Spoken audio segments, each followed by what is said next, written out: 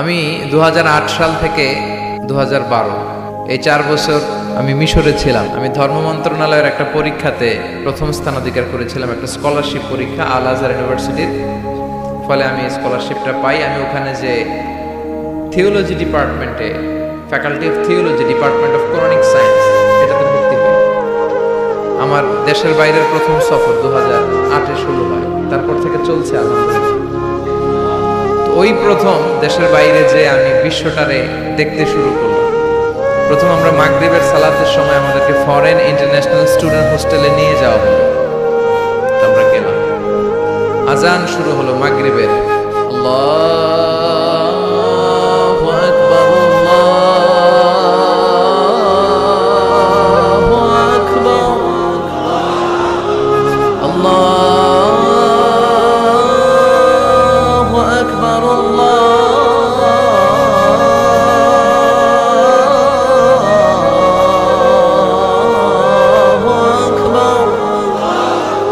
মাগরিবের আজান শুরু হলো।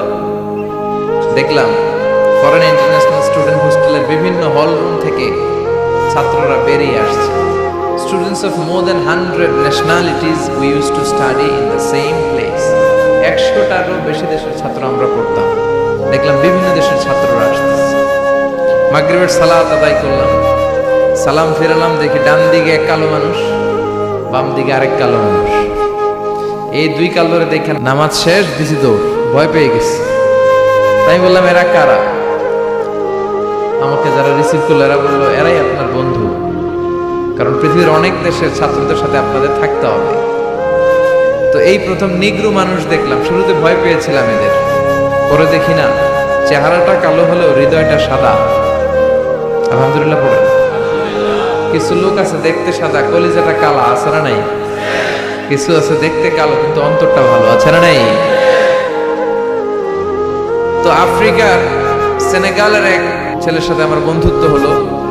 সে প্রায় আমার রুমে আসতো। তো একদিন এসে আমার হাতের সাথে হাত ঘষে আর বলে, hey man Mizan, how you become so white, how did you become so white? আমি এত কালুর কালো, তুই এত সাদা হলি কেমনে? মজা করে বলে, তুই এত সাদা কেন, আমি এত কালো কেন?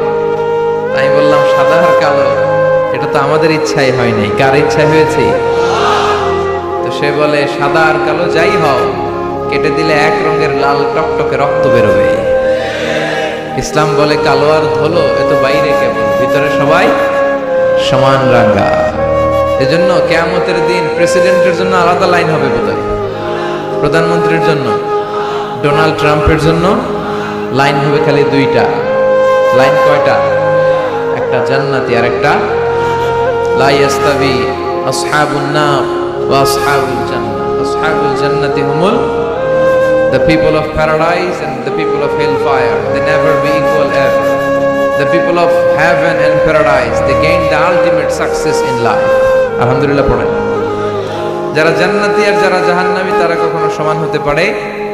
যারা জান্নাতে যাবে তারাই সফল।